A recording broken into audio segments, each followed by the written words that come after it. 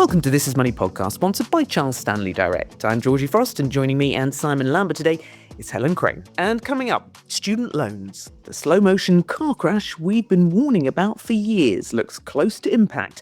Have we reached the point of no return? And what happens next? Elsewhere, the Bank of England held interest rates, but it was a knife-edge decision. What does it mean for your money, and where will they head next? Plus, what is happening with Bitcoin?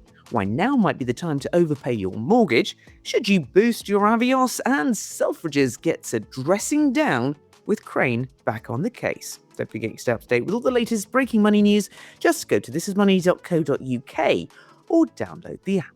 But first, have students been missold their loans? That is the question all over social and indeed traditional media at the moment. The row has completely blown up.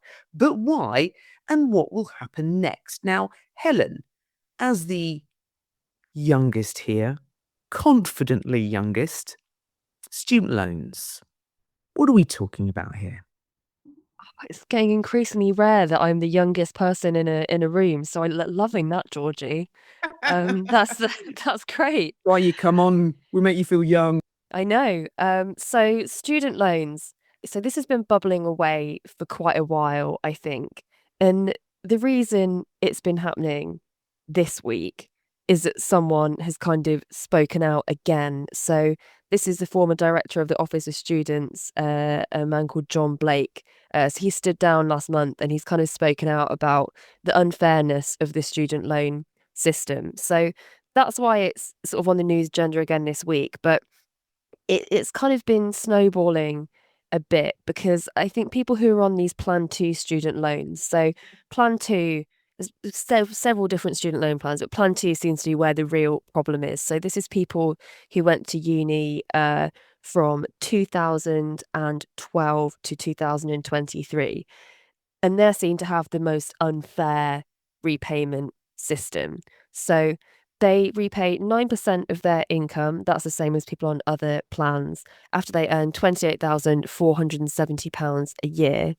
But it's the interest rate that's the real kicker. So on these loans, the interest rate is variable and it's RPI inflation plus up to 3%.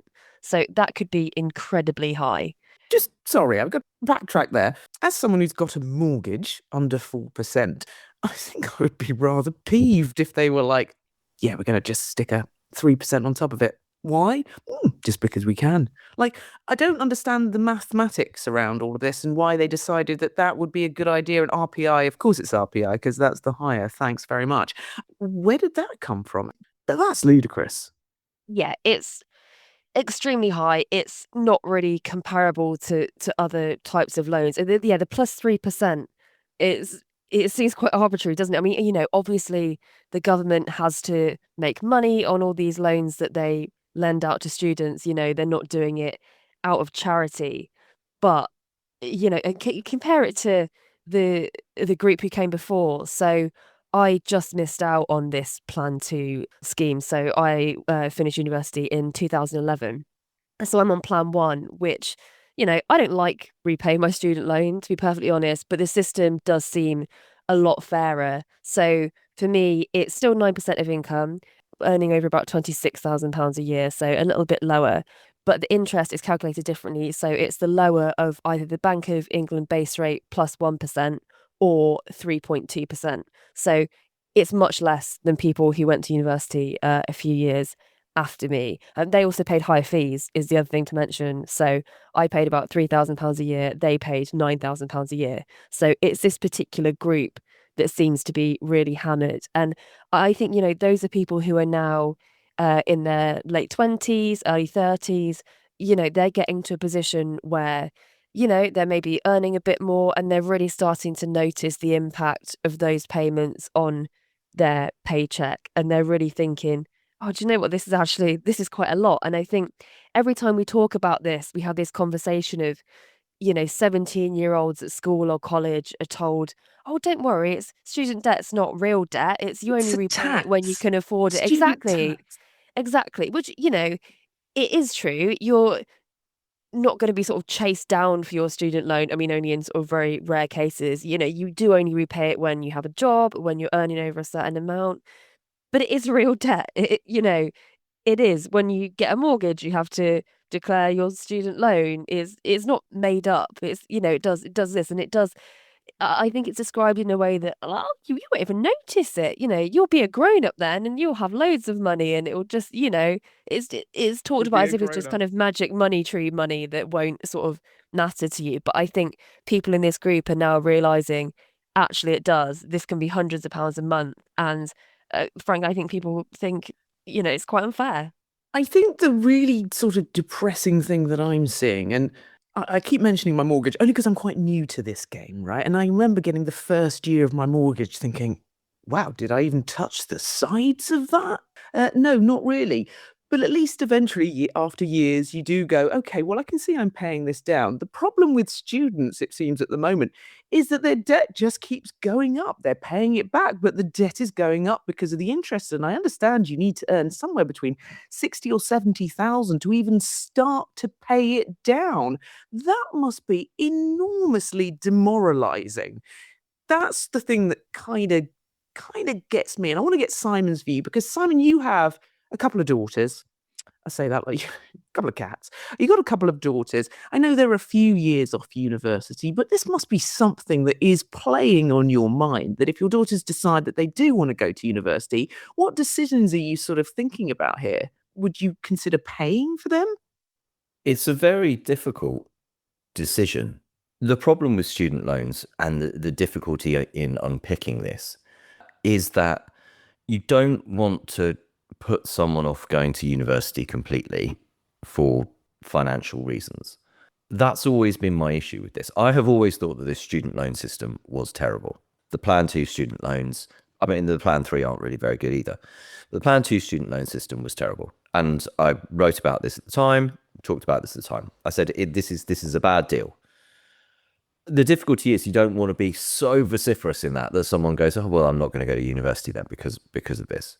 And I think that then becomes the thing with your own children as well. Like the idea of them leaving university with 50 grand's worth of debt that they might never pay off, and they're going to get effectively an extra 9% added to their tax rate for 40 years, and they might never even pay off the debt, is, I mean, that just goes against so many things. I mean, first of all, this whole like, well, don't worry, you might never pay it off. I mean, what kind of financial lesson is that to teach 18-year-olds? Take on this massive debt that you can never get away from. It's a very high interest rate because, let's face it, RPI plus 3% is a very high interest rate. Okay, that's more than you pay on a mortgage. Now, a mortgage is secured debt, right? It's secured on your home. But a student loan is secured debt as well because it's secured on you. You can't get rid of it. It isn't like a personal loan or a credit card, which is unsecured debt. It is more like a mortgage because, like, we might not be on some bricks and mortar that someone can repossess, but it's on you and it's on your earnings. And the only way you're going to get away with not paying that 9% is if you keep your earnings really low for the rest of your life, which is probably not going to work out that great for you. So I think there's a real issue there. But then if you do pay for them, A, that's a huge sum of money. And B, one of our columnists, Andrew Oxlade, wrote something really interesting on this sort of a year and a half, 2 years ago, when he was trying to think about the same thing for his son. And he's going to write us a new column on this as well, updating, on what's happened since, is that there's kind of safety in the herd, right? There's safety in numbers. Andrew wrote at the time that this student loan system isn't very good, but there's going to be probably a reckoning. And at some point, there might end up being something like a reduction in the rates, a debt write-off or something like that. And actually, maybe it's better to just be amongst the pack in the herd for when that happens, for when it gets to be a better deal. I mean, it's a difficult one. What I really should have done is what Lee has been doing, which is setting aside a small amount every single month to build up a pot that means that his girls are going to have some money that can then, pay for their university. Mine are older. My kids are 15, 13 now. I'd have to save a lot more money, but I would definitely consider, if we are in the situation that we are in now, and bear in mind that we've now got Plan 3 loans, not Plan 2 ones, and the Plan 3 ones aren't quite as bad as the Plan 2 ones. Actually, apparently, we might be on Plan 5, looking at the internet while I'm talking. I don't know. We've got different loans now, whatever they're called. Which sums it up, because if you are going, "Oh, I don't know. Imagine being 17. Okay. Yeah. So let me just run through my problems with the student loan system. Right. Firstly, when I took out my student loan, and I went to university in the first year that fees were charged, but fees were £1,000. I'm very sorry to all the people listening to this who paid a lot more for university than I did. And we were told that our student loan basically had no real rate of interest. It was just charged at inflation. So the idea was that it would never get, bigger in terms of like, it's not going to rise due to the interest being added. It's only just going to stay the same due to inflation. Now, I could just about understand what was going on there and potentially what I was signing up for, because I happen to have done an economics A level, right? I also didn't go to university straight away. If I'd gone to university straight out of school, I wouldn't have paid fees. But because I didn't go for a year, I didn't end up paying fees. So I had a little bit more of the kind of real world experience. I spent a year working and doing various things. But I still don't think I fully understood what I was signing up to. I don't believe that 90% of 18-year-olds signing up to student loans have the faintest idea what they're signing up to. So that's an initial problem. Then this RPI plus 3%. As you said, why are we using RPI? It's not an official inflation statistic anymore. The official inflation statistic is CPI. That's what the Bank of England targets. That's what we use to define the triple lock, at the other end, and so on. We should be using CPI because RPI is traditionally higher than CPI. Secondly, why are we adding 3%? We shouldn't be doing that. It should just be the inflation rate. We should just have continued with there being no real rate of interest. Finally, this threshold that you start paying it back at. Now, we got a problem here because the lower you set it, the more likely people are to actually clear their debts. The higher you set it, the more money lower earners have in their pocket before they suddenly get hit with a 9% repayment. So we've ended up with a bit of a pickle. And the reason why we're in such a pickle is because of the interest rate that's being charged on the loans and obviously the size of the loans. So we've done two things. We've made the loans much bigger because tuition fees went up by so much. Now that's a separate argument. We've then charged people a load more interest on them. Another thing, why are we charging people interest on this from the moment they start their course? Okay. Bear in mind that 3-year university course, you aren't even going to be able to be making any repayments in that time. You're not going to be earning. You shouldn't be charging people interest until they finish their course, I don't think. And then, on top of that, there's the write-off thing. It was 30 years. It's now going to be 40 years. You're basically saying to people, you're going to pay a load of money, but don't worry about it. You might never pay it off. I mean, you might say, oh, that's a good deal. You might never actually have to clear the debt. But most of the debt is going to be generated by the interest that you're being charged, which is way higher than it should be. And the interest rate, should just be inflation, to be honest. And also, that's so demoralizing, as you said. It's like, oh yeah, I'm so basically I've got this, this weight around my neck that I'm, paying all this money. And at the end of the day, it's not even going to clear the debt.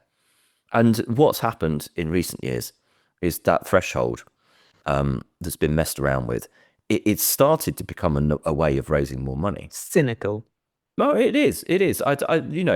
Cynical. With Rachel Reeves freezing the threshold, which basically said, well, look, we're doing it with the tax thresholds. It's kind of like we're all in it together kind of thing. That's not the language of this is a loan to pay for your education and we're sharing the burden of paying for your education. That is the language of this is basically another tax. Mm-hmm. And that's your tax. And if we want to have a graduate tax instead of a student loan system, we should just have a graduate tax instead of a student loan system. What we shouldn't have is something that is in the middle and is just giving people a bad deal. And what has happened here, and maybe rightly or wrongly, but we need to have a proper debate about this, is we've shifted a lot more of the burden of paying for higher education, university, onto students and away from the state. Now, when I did that economics A level, we talked about education and about education effectively being seen as, something that was good for society. The more educated people are, Mm-hmm. the better a workforce you have, the better the growth you have, and various things like that. It's an economic good. And we have shifted away from it being a right, we're just going to do education because it's an economic good, to all go get a degree and you pay for it. And we've just slipped into this mess. And what's really interesting is I think it's just like the frozen tax thresholds, the 60% tax trap, the child benefit removal, is you can get away with this stuff for a certain period of time. And then you never really know what the thing is that triggers the sudden, the final straw moment, the tipping point. And Yeah. then all of a sudden it becomes a big issue. I mean, I spent a really long time writing about fiscal drag and trying to get people interested in fiscal drag. I spent a long time writing about the child benefit removal and trying to get people to be interested in that. Spent a long time writing about the 60% tax trap, trying to get people to be interested in that. The general vibe was fiscal drag, boring, child benefit removal. Yeah, well, they're earning loads of money. Let them pay for their own children. 60% tax trap. They're earning even more money. Sod them. And then all of a sudden it changes. And then you start to get a totally different sentiment of fiscal drag. This is outrageous. What do these governments think they're doing to us? Child benefit removal. This is ridiculous. This is a crazy system. Stop doing it. 60% tax trap. Nobody should ever be charged 60% tax and then get a lower tax rate when they go further up the income scale. And then once you've reached that tipping point, you've got a problem. And I think that's where we're at with student loans. We have a problem. Yes, we do. A couple of things to what you said. I think we do need a grown-up conversation about what education genuinely means for the country. Is it an economic good for the entire country, or is it just an economic good for individuals? Because we can't then be surprised that these individuals who are getting their doctor's degree and nursing degree are leaving the country and taking their degrees and their education elsewhere for the benefit of other countries. I also think it's very difficult when you have that sort of demoralizing repayment figure to then tell kids, oh, yes, kids, but remember to pay into a pension.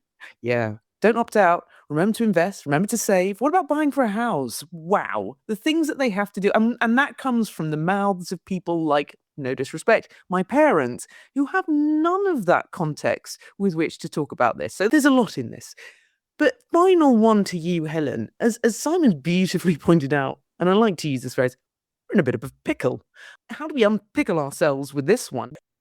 Well, it's extremely difficult, isn't it? Because people are at all different stages of this process. You've got students who are still at university, have just taken out their loans, and then you've got people like me who are, a few months away from paying it off. So what do? If you bring in a graduate tax, who pays that? Do people who've, graduated when fees were £1,000, like Simon, do they pay? Do I pay? And did the others What get about a people who've already refund? paid off their loans? Exactly. What happens? And what about all the interest they've already paid? It would be incredibly complicated to introduce a graduate tax, I think. Yeah, to even begin to work out how that would happen. I mean, I think it would be almost impossible. I mean, it'd be incredibly popular if they could find out a way to do it. But no, I think given the state that things are in this country, probably refunding a bunch of student loans or interest repayments is unlikely. But then what do we do? Do we just come up with another student loan plan for new students? As Simon said, they're so confusing, and it's probably not going to be incredibly helpful either. I really don't know where it goes. I mean, I think in reality, what is probably going to come of this is that the gap between students who have help from their families and students that don't is just going to widen and widen. I remember when I was at uni, a lot of people, their parents would pay for their mobile phone bill or they'd pay for their car or whatever. And I think we'll now see a lot more students whose parents are paying their fees. If you're a parent who's got the money and is able to, it seems like an absolute no-brainer. But then, where does that leave those students who kind of don't have that privilege? I think it's so sad. And I think, the whole loan system, I guess, or the maintenance loan system at least, was designed to help people who didn't have, sort of family backing to go to uni. And it's kind of ended up going all the way back the other way because it's kind of not enough to cover things. It's an incredible sort of burden of debt. And I think, it is starting to put off young people again from going to uni, conversations like this. And, a lot more young people are looking towards things like apprenticeships, which is, possibly actually a good thing. It's not a bad thing, but you don't want people to be doing it because they just don't have the parental backing. And it makes me sad because there's absolutely no way my parents would have been able to afford to help me. University was brilliant. It was a great experience. There was a life experience alongside an educational experience. And I feel that's just so sad if people are not going. Don't get me wrong. Let's not have Mickey Mouse degrees and, having apprenticeships and all that sort of thing is a fantastic option. Yes, let's promote that. But Well, I think it's a great experience, but what I would say is that I also think that we've shoved way too many people into going to university, and actually they're getting quite a bad deal. In terms of depending on what you study, you could spend almost all of your week in university, or you could be like I was with my English and philosophy degree at a proper university at Leeds, where I think the maximum amount of hours I ever had was 8 hours a week. And at one point I was doing 5. There was at one point in my final year, my entire week consisted of, I think, like 2 days when I had to be in the university. And like most of it was on one day. And then there was an hour or two on another day, which was a real bugger. Because if you missed that one day, you were like, oh, Jesus, I've missed pretty much a whole week. But I felt, at the time, and I wasn't paying hardly any money compared to what people are paying now. To be honest, I felt a bit let down by it. I went there because I wanted to, to study and to learn. And they're like, well, it's all about study yourself, and it's like, well, yeah, I could do that at home. And you could have a great experience by just online. Going, you know what? I'm going to spend 3 years working, but I'm just not going to work too hard. I'm just going to have a great time. Instead of being 3 years where I'm going to focus on building my career from the age of 18, I'm going to spend 3 years just doing whatever, trying out a few different things. And you could probably have a similarly good experience. I would argue, unfortunately, at the moment, we've burnt this bridge. I would say, get out of the country, go work in Europe. I went to university after a year. I did a snowboard season and I went the next year. My sister did the same thing. My brother, who was not particularly academic at school and wasn't going to go to university, I think he did about 3 seasons and then went to university, because he actually decided, now I do want to go to university. And he is the person who came out of university with a first, unlike either me or my sister. And my little sister, she didn't go at all. She spent 3 or 4 years working in the Alps in Verbier, had an amazing time, and then went into work. She had a great experience, but she also doesn't have a £50,000 student debt. But the other thing I would say is, I'm going to put this in the podcast article, right? I think the problem here is, okay, the tuition fees, but the problem here is the interest rate. That's the thing they could do something about.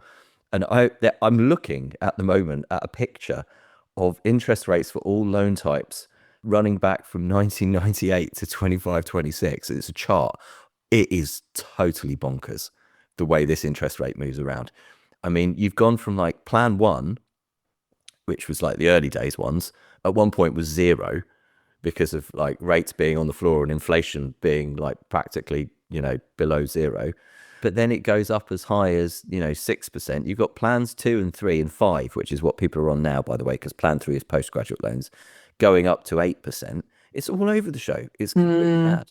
And if we can give pensioners a triple lock, because why should they be penalised for the government and the Bank of England's inability to control inflation? Why should you penalise students for that? And also, which is interesting, you were talking there about not everyone should go to university. I was reading some universities are handing out 60% firsts. What does it mean anymore? Do you know what I mean? My God, I think about 2 people got a first when I was at uni. I wasn't one of them. Anyway, we're going to leave this to one side because I'm pretty sure this is going to rumble on. But the Bank of England opted to hold interest rates at 3.75% this week, but a cut in March is looking increasingly likely. But it was a very close call, wasn't it, Helen? My goodness me, it could have gone either way. Well, it wasn't going to go up, that's for sure. As in, it could have been cut, but it wasn't. Tell me, what happened? 5-4, such a dramatic decision. So they did opt to hold them, and I think that was expected, but it certainly wasn't expected that it would be so tight. So 4 members voted for a cut to 3.5%. And I think that shows that, it's still quite up in the air as to what happens to interest rates this year. So the next decision is on the 19th of March, and it is quite widely predicted that it will be cut then. So part of the reason that it wasn't was that we had this slight rise in inflation in December, growth still sluggish. So yeah, they've decided to hold for this time, but maybe 1 or 2 cuts coming later in the year. So what does it mean, Simon? What does it mean for your mortgage, for your savings? I mean, savings are, they're not good, isn't it? Well, savings rates are actually looking pretty healthy, considering the fact that the base rate's at 3.75%, and you can fix your savings at more than 4%. You can get cash ISA at nearly 4.5%. Savings rates have held up incredibly well, considering what's happened with the base rate. But that's only if you go out there and you find the best new deals. If you're on some kind of legacy account that's seeing the rate cut down to 1% quietly in the background, then you need to take control of your finances and jump ship and find yourself a better rate. And the easiest way to do that is to go to thisismoney.co.uk/save, where you will find our savings tables that detail all the best rates. If you've got a mortgage, no change on your existing mortgage, even if it's a variable mortgage, because the Bank of England held. So if you're on a tracker, there's not going to be any change. If you need to remortgage, then the bad news is that the mortgage rate cuts that we've seen have stalled and then gone into reverse over recent weeks. It's not quite clear why, but I think it's really just because rates actually came down by so much, and there was there was a full-on mortgage price war at the tail end of last year and at the start of this year. And, it looks like maybe they stoked up enough demand and they're just pulling back for a little bit. But, if you do need to remortgage, you can usually lock in up to 6 months before the date of your deal. So have a look now, see what the best rate is that you can get, consider securing it, and then you can always switch to a different deal if a better one comes out before you need to remortgage. Just say that you want to add the fees to the loan, and that means that you don't pay them up front, so you won't lose any money. And use a good broker. And if you want to check the best mortgage rates, go to thisismoney.co.uk/mortgage-finder. Is your Monopoly money, Simon, on a March cut? I don't know. It was close. I think they're very much in wait and see mode. I think we could get a March cut. I think there's possible we could get a March cut. Unemployment is, ticking up.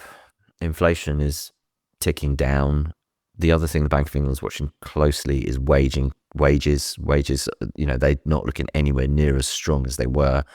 And, you've got to remember the MPC's sole remit is to get inflation to 2%. So it might think that another cut will be okay because inflation is on its way down to 2%, and it can get away with that because also it doesn't want to undershoot 2%. Even as unlikely as that feels, to be honest, based on, how much your food shopping costs. All right then, talking of mortgages, should you overpay yours? It's the dilemma of many a homeowner with some spare cash. But apparently, Helen, now is a good time to do it with a savvy trick. What's this about? Exactly. So the tables have kind of turned in recent weeks and months on savings rates and on mortgage rates. So for years, since sort of mid-pandemic, savings rates were so generous. We got up to, beyond 5% rates that hadn't been seen for years. So if you had a bit of spare cash, you were better off putting that in a savings account because you would earn more interest on the money in your savings account than you would save yourself by paying the money off your mortgage. That's now changing. So savings rates are falling below 4%. As Simon said, many people on legacy accounts will be on much less than that, but the best rates are falling around sort of and below 4%, while mortgage rates are in some cases above that. For many people, actually, they'll be paying more than 4% on their mortgage. So we've had that shift now where for a lot of people, you're better off to pay more than your monthly mortgage payment, to overpay your mortgage, because that makes more financial sense for you than putting the money into a lower paid savings account. So to put some numbers on it, the average 2-year fixed mortgage is 4.85%. The average 5-year is 4.94%. People can get cheaper deals than those, especially if you've got big deposits or a lot of equity, but they're the best rates. Average savings rates, the average fixed rate is 3.81%, and the average easy access is 2.42%. So that can be quite a big difference. And with overpaying your mortgage, because the interest kind of racks up so quickly, it can actually save you quite a lot of money over the whole life of your mortgage, even if you just overpay by regular small amounts. So we've run some figures in our piece. If you overpaid £200 a month on a mortgage of £243,900, you would save in interest £42,000, and you would pay your mortgage off 5 years and 2 months earlier. So, £200 a month, it's quite a lot of money, but if you were going to put that into your savings account, and you put it into your mortgage instead, I mean, that's a huge saving. And, being mortgage free 5 years earlier is not insignificant at all. And there are a few caveats. So obviously money that you put into a savings account, you can get it back. Whereas money that you pay off your mortgage is much more difficult to get back. So do make sure that if you're going to do this, you only do it with money that you're happy to say goodbye to forever. Yeah. And also there's restrictions on how much you can overpay. So if you're on a fixed rate, most lenders will say you can overpay 10% of the mortgage balance a year without being charged. But if you go over that, you might be subject to an early repayment charge, which can be quite hefty. So there are some caveats, but it's something that's worth thinking about, especially, if you're maybe sort of getting closer to paying off your mortgage. Can you sort of speed up the process? If you've taken a big and expensive mortgage or a really long mortgage, is this a way that you can maybe cut it down and reduce your burden? So, if you've been thinking about cutting down the mortgage, now is quite a good time to maybe do it. One of the questions, Simon, I'm hearing I wouldn't say a lot, but a lot more at the moment, which is, if I have some spare cash, do I put it pension, ISA, investing, or do I put it into overpaying my mortgage? I mean, what are your thinkings? What are your thoughts around that question, particularly now in this current environment? Look, the difficulty is do you take the guaranteed return or do you take the potential theoretical higher return? And the great thing about overpaying your mortgage is you know exactly what benefit it is giving you. You've got your interest rate on your mortgage, and then you can work out how much sooner it's going to clear it with a calculator. And basically the return is, what's the interest rate on the mortgage? Now, can you beat that? Now, theoretically, if you've got a mortgage on a 4% rate or a 4.5% rate, you should probably be able to beat that by investing in the stock market. You can match it pretty much with a savings account. You do have to remember the tax, though, because the great thing about overpaying your mortgage is it is also tax efficient. You're not taxed on the benefit of that. If you have your money in a taxed savings account, you're going to be losing 20%, 40%, 45%, and soon be losing more, actually, because the interest on savings is going to go up. So if you are to put it in a savings account, make sure it's going into a cash ISA where you're not going to be suffering that tax blow. Same goes with investing. You can invest the money, but if you invest the money in a standard account and you build up a big pot, you're going to get hit with a hefty capital gains tax bill when it comes time to cash it in. So if you could do it in an ISA, and then the gains build up tax-free. Alternative is you could do it in a pension. And the great thing about pension is you're going to get a 25% automatic uplift on the money that you put in from the basic rate tax relief. And then if you're a higher rate taxpayer, you can claim some more of the tax back as well. Issue is, though, you're going to get taxed on that money when you take it out of the pension. So what are you going to use the money for? Now, if you think you're going to use the money to pay off your mortgage, for example, then you need to consider that bit. And maybe the ISA is the better option. If you're just going to use it to build up a pot and you don't need that pot until you're at least 57, which is what the age for taking money out of a pension is going to be in the future, then okay, fine. And that, they could change the rules. So you've got to think about these things. But broadly speaking, you should be able to beat the rate on the mortgage by investing, but that's not guaranteed. Markets can go down as well as up. And to give an example, if you've got an interest-only mortgage, part of our mortgage is interest-only, you can invest to try and pay that off. And that was the thinking behind us having part of that mortgage as interest-only. The problem is, though, you might then spend the money before you pay the mortgage off. So if you dip into that pot and use the money for something else, you have to start again at zero, and then you've got less time to do it. And to go back to the pension point, I've got some money in a SIP, and I was like, well, actually, you know what? I never really had accounted to go, oh, that could go towards the mortgage balance. But that SIP money, obviously, I won't be able to get it till I'm 57, but I'm going to get taxed when I take most of that out. I can get the first 25% tax free, but the rest of it is going to be taxed. So you can't just equate the number in the SIP with the number on the mortgage, because they don't match. Some interesting stuff there, food for thought. Helen, just a quick one. You mentioned there about getting penalised for overpaying. There is a story on your website, how I paid off my £330,000 mortgage in just 4 years. It saved me £70,000 in interest and let me quit my job. How on earth did this person do that? So if anyone happened to be watching Dragon's Den last night, you might recognise this person because it's a man called Janesh Vora, and he was on there yesterday hoping for investment for his business Sprive, which is an app that helps you repay your mortgage. So he's talked to us and told us the story of how he did this himself, which inspired him to start this business. So he bought his first home in 2012. With his wife. It's in Watford. It cost £440,000. He agreed to take it on a 25-year term, but he ended up paying it in just 4 years, which is quite astonishing. We should say, first of all, he did have a well-paid job. He worked for Goldman Sachs, so he was relatively wealthy. However, 4 years is a very short time in which to pay off a £440,000 mortgage.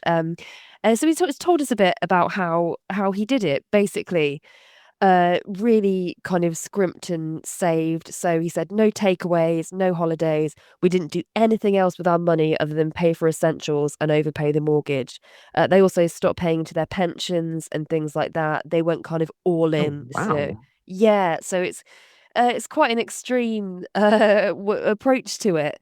But mortgage free in 4 years is quite astonishing. But as you say, the overpayments could have been an issue for them. So they were initially on a 2-year fix where obviously they could only repay 10% without getting hit by these penalties. So what they did was, in those first 2 years, they saved up as much as they could. And then when the first 2-year term was up, they remortgaged to a variable mortgage, which meant they paid a higher rate, but they could pay off as much as they wanted, so unlimited overpayments. So it's really interesting read. He's also explained about his app, which can help people who earn less money to pay off their mortgages quicker as well. So the app's called Sprive, and it's essentially quite like a kind of cashback voucher scheme for people who want to pay off their mortgage. So the way that it works is, and some of the cashback sites work like this as well. If you've got a purchase to make, you're going to the supermarket or you've got some furniture to buy from IKEA, instead of paying cash, you go onto this app and you buy yourself a voucher for that shop to make your purchase with. And when you do that, Sprive gives you a cash reward, which instead of coming to you is paid off your mortgage balance. So it's essentially a way to almost without realizing, to chip little bits off your mortgage over time, sort of making purchases that you would have been making anyway. And I think that's kind of the point, with paying off your mortgage. Even really small amounts can make a really big difference. So I've kind of looked into this myself, having taken on quite a large mortgage recently. And, we can't afford to pay off a lot of extra every month at the moment. But I looked at it based on, just £50 a month. And actually, it can be quite surprising how much of a difference even that much could make. So we've got a calculator on the website which can show you how much you could potentially cut your term and save by overpaying. So it's definitely worth having a look at. All right, then. Right, moving on. Simon, what on earth is going on with Bitcoin? It fell this week to its lowest level in 15 months. That's despite big professional and personal, I think, support from US President Donald Trump when it comes to crypto. He's a big fan. But the drop followed months of surging prices, which hit an all-time high of over $122,000 in October. Now it's around 66,000. My goodness me, when they say it's volatile, Simon. Simon, what is going on? Well, nobody's quite sure what's going on, to be honest, because Bitcoin has fallen a lot. And whilst it has a tendency to fall a lot, it's kind of at a moment when it shouldn't really have fallen by that much. But what's potentially going on here is a number of things all coming together. Firstly, we're seeing a bit of a shift away from investors from the kind of highly speculative assets or shares that Bitcoin represents in a way. Bitcoin's obviously not a share, it's an asset, but it is very speculative, and it's kind of has moves akin to the way that some of the high octane US tech stocks move, the NASDAQ moves and so on, and it can magnify those moves as well. And whilst those have seen huge gains from investors in recent years, there's a bit more interest from investors in other places. So, for example, the reason why the FTSE 100 is doing so well is because there's a bit of a shift of money from, big US tech and high octane over towards the FTSE 100. And the FTSE 100 was, returned 26% last year. So investors are going, oh, hang on a minute, maybe I'll have a bit of that. Then you've got gold and silver. So a lot of the speculative money has gone into gold and silver recently. Gold and silver have absolutely rocketed. Silver in particular is silver's in sort of almost like meme stock phase at the moment. And if you take some of that hot money out of Bitcoin and put it into gold and silver, then it takes a bit of the demand away from Bitcoin. But then also you've got some people who've got the hot money in Bitcoin and gold and silver. And there's a suggestion that some of the people getting absolutely tonked by gold and silver suddenly coming off the boil are having to sell down some of their Bitcoin in order to cover, losses elsewhere. Or now the flip side, with Bitcoin absolutely tumbling, they're having to take a bit of money out. There's also the suggestion that there's quite a lot of long-term Bitcoin holders who've been doing some selling in order to basically take a bit of profits, fearing that we might be about to enter what is known as another crypto winter, which is where crypto takes a tumble and then stays down on the floor for quite some time before eventually coming back up again. I think, what you have to look at is it's down nearly 25% this year.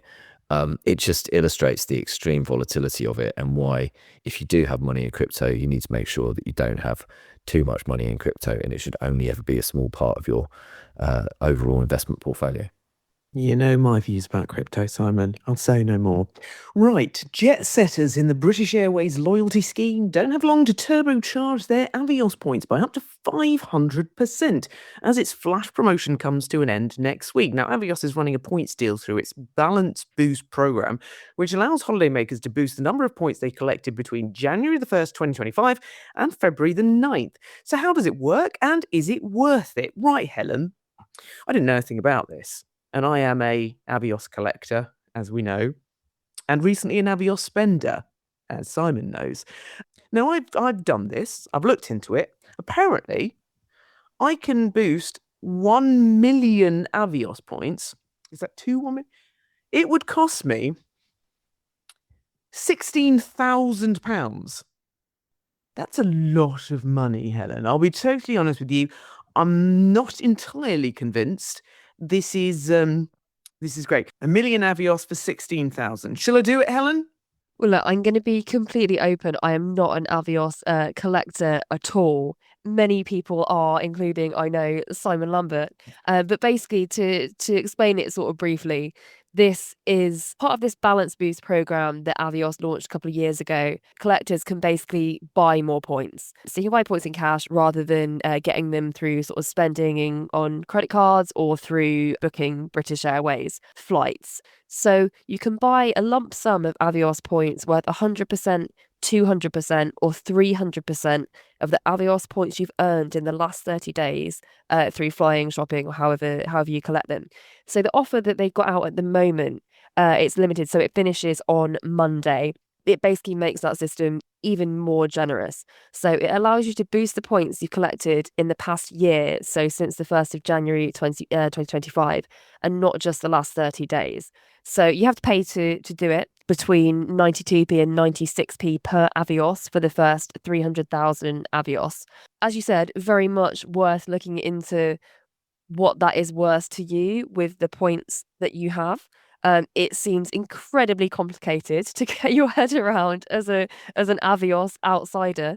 But if you are a collector, it seems like head to the article on our website, do the numbers, and worth looking into. All right, Simon, help me out here. So I don't have to take all of the Avios points I've collected. I'm just baffled at how I've got so many. But anyway, so I can do a little bit less. If I do 437,000 Avios, it's a mere snip at £5,000. Now, I joke with that, but for How someone... have you managed to get that many Avios that you can boost? Oh, mate. How many times have I travelled recently, honestly? No, but don't you have to spend the money on your card to get that amount of Avios that you can boost? Do you know how many times I spend on my credit card? No, also, I think a lot of this is business travel. So there's a few instances where I have travelled business around the world that a company is paid for, and I get to collect the points. I think that's why I've got so... I don't know how I've got so many. It's probably a depressing moment. I should really look at my spending and take a long, hard look at my life and life choices. But yeah, there's a Los Angeles one here that I'm pretty convinced I didn't book. That was 41,000 Avios points I got for... Anyway, so point being is, actually, for someone who travels a lot like me, spending £5,000 on how many, 500,000 Avios points might not be so terrible. Or am I just cracking up? If you are the kind of person who is likely to use your Avios, like you, Simon, and make the most of them, then it might be a good deal. I'm not sure I could ever bring myself to spend that amount of money on Avios points. To give an example from my more modest Avios account. Yeah. Right, so I've got the opportunity to boost all the Avios points that I've collected since the start of January last year. Yeah. So that's the spending. That's the spending on my Amex card, which isn't actually that much, because midway-ish through last year, I took out a different credit card, which is 0% purchase credit card, so that I can just buy stuff on it and then pay it back over time without incurring any interest, which is just a much better way of me working a credit card. And if you want to listen to the insanity of my attempts to make the most of Avios and actually generate a false economy by ending up occasionally paying interest that has eaten up any value that I'll ever get from the Avios, you can just listen to various podcasts that we've recorded in the past. But since last year, I have collected the grand total of 3,549 Avios. And that's across 4 transactions listed in my account. How many? 4 transactions. I've collected 3,549 Avios in a year. Now I can see why you're so surprised at mine. Yeah. So last January, I got 1,585 for an Amex spend. Last February, I got 473 for an Amex spend. In March, I got 1,128 for an Amex spend. And then I didn't do any spending because I got that new credit card instead. And then in January this year, well, literally last week, I got 363 because I went to Munich on a plane. Now, that gives me 3,549. Now, my maximum boost that I could get is a 500% boost, which would take me to 17,745 Avios from those transactions, and that would cost me £163. So there's the question. Is it worth me? Is it worth £163? Now, initially, I was like, oh, that's quite good. Maybe we should do that. £163, 17,000 Avios, take my total balance to 32,769. So that sounds quite good. And I was like, is it though, really? Like, or am I just about to spank £163 on some more Avios that I'm never going to use? Because I've only ever actually, after all these years of collecting them, used some recently. I had never used any until I booked a flight to Munich for my wife with the Avios at the tail end of last year. So my 33,000, which I've looked it up, and if I was really lucky, I might be able to get a return flight to New York, but I'd probably have to fly at a time that I didn't want to fly. Or I could get a return flight maybe to some European destination at a time that I would want to fly. That would be my 33,000. But then I'd be limited. So like I could only do it with the BA flight. And if it was a BA flight, I could pay for via Avios, and I wouldn't be able to just choose any airline from any airport. And at the end of the day, I've looked at this and gone, you're just chucking £163 at something you're never going to use. But if I was the person who did travel all the time like you, then I'd probably look at that and go, that might be £163 well spent. Just to be clear, Simon, I've not got $1 million. Over that time, I've got $250,000. I mean, that's still a lot, isn't it? So obviously, if I 500% it, it will take me to £1.25 million. Yeah, But and for then you'd be an Avios 16,000 millionaire. £16,000. I mean, can you imagine? Sorry, when I said to you that combination of ISA, pension, pay down your mortgage, buy Avios points. No. Who doesn't want to be an Avios millionaire? I'm not bothered. I'll be honest with you, Simon. I'm not bothered. I've got plenty. Thank you, Simon. Right. Crane is back on the case. Helen, Selfridges. This is a bad one. Let me just read this reader email that you had to deal with. So I received a Selfridges voucher for Christmas. Very nice. Ordered an All Saints jacket for £263 on its website and collected it from the London store. Sadly, as happens, it didn't suit me, so I returned it within the 1 month window by posting it back. I then received an email saying my return had been rejected. Why, you might ask? Due to damaged buttons and, quote, having hair all over it, or hair all over. I only tried the coat on once at home and I'm certain I didn't damage it. I obviously can't rule out a stray hair finding its way onto the coat, but the accusation that it had hair all over is totally false. I treated the coat no differently than if I'd have tried it on in the shop. Selfridges won't provide photos of the coat to prove it and just repeatedly refers me back to the terms and conditions. Helen, as someone like my good self who does shed a fair bit of hair, I'm surprised I've ever been able to return anything. I know this is a really funny story. I mean, a stray hair, no, hair all over, apparently. But I mean, this is one woman. How much hair can she get on a coat that she's tried on? I just think this is It's also very hard to prove, because if you are someone who's monitored that jacket, who's to say that hair's not come from you? And this is where she wanted evidence, and they didn't give it to her. Yeah, and how many hairs is too many? Is one hair okay? At what point do you cross the too many hairs threshold on your return jacket? I think, and actually, funny enough, this is the second time that someone has got in touch with me in the last couple of weeks saying that they've had a return refused because of hair. So it seems to be a more common excuse that retailers are using. On a serious point, I think obviously there is a huge problem. As someone who shops online absolutely loads, retailers are really cracking down because, to be honest, there are tons of people who will either just order bundles and bundles of stuff, knowing full well that they're not going to keep most of it and send it back, which costs retailers money, is really bad for the environment, and is just a bit of a sort of silly way to go about things. The other problem is that people will order stuff, wear it out, or even just put it on and take pictures for their Instagram, keep it for a while, and then send it back saying that it hasn't been used. You see girls on a Saturday night out with the tag hanging out the back of their dress, and you're like, I know your game. There is a fair point that retailers are really cracking down on this fairly. It's called wardrobing, by the way, if you order something with the intention of sending it back later for a refund after wearing it. But in this case, obviously, this is not what this person had done. She just tried on a coat and then sent it back, and she's been essentially unfairly accused of having worn it. She asked for evidence, as you said. She was like, well, show me a picture of the coat that's covered in hair then. And Selfridges just didn't reply to her, which I think, someone obviously realised that they'd been a bit overzealous. I think it's really important, actually, sadly, now when you send things back, do snap some pictures of it yourself so you can say, no, I sent this back in decent condition. And you know what, actually, that's if it even gets back, because half the time it seems to be getting stolen by the courier at the minute. So online shopping has become a whole kind of war zone.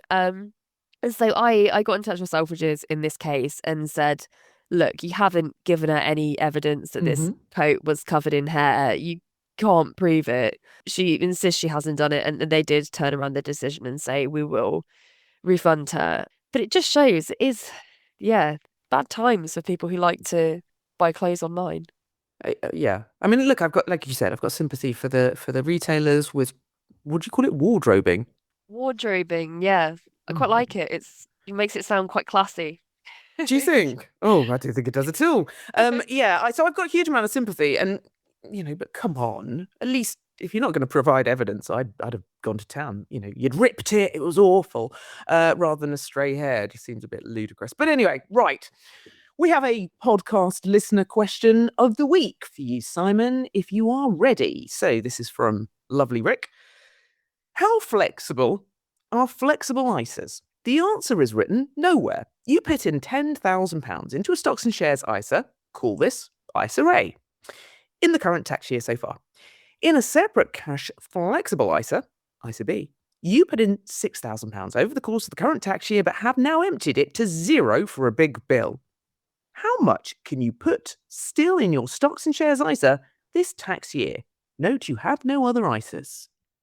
The way a flexible cash ISA works is that you can take money out and then you can put it back in the same tax year without it counting as part of that year's allowance. So you can put up to the same amount back in. So in this instance, you put £10,000 in ISA A, your stocks and shares ISA. So you've used £10,000 of your annual allowance there. You've put £6,000 in ISA B, your cash ISA. So you've used £6,000 of this year's ISA allowance there. So you've used £16,000 of this year's cash ISA allowance in total. You've taken all of that 6 out of the flexible cash ISA, and you can put all of that 6 back in to the flexible cash ISA, and that's not going to use up any more of this year's ISA allowance. As long as you put it back into the same ISA before the end of the tax year. That means that you still have your £4,000 of this year's allowance that you can use, and you could put that either in your stocks and shares ISA, or you could add it to the cash ISA as well. So if you put £6,000 into your ISA A, you would be at 22,000 and therefore it wouldn't be allowed. So you can only put the 6,000 back. That's 16. That gives you £4,000 extra to play with to put either into A or B. Is that right? You have to put the money back into the same flexible ISA. Boom. Simon's stat of the week. I didn't think you were going to ask me a stat. I know, but why not? You're on a roll, Simon. You're on a roll. Okay. Oh, here you go. Right. £73,800. The amount that Abios is charging me to... No. That is the average income tax paid by a resident of Kensington and Chelsea, according to some figures that we have published today. 73,000. Average income tax bill. That compares to the UK average, which is £7,000. And just goes to show how a bunch of extremely high earners can massively skew an average.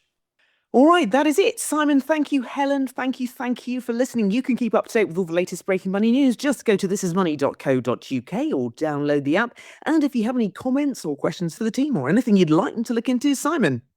You can email us at podcast@thisismoney.co.uk or come to thisismoney.co.uk/podcast to find all podcasts past and join in the debate in reader comments. And if you like our podcast, why not rate us wherever you found us? It helps other people find us too.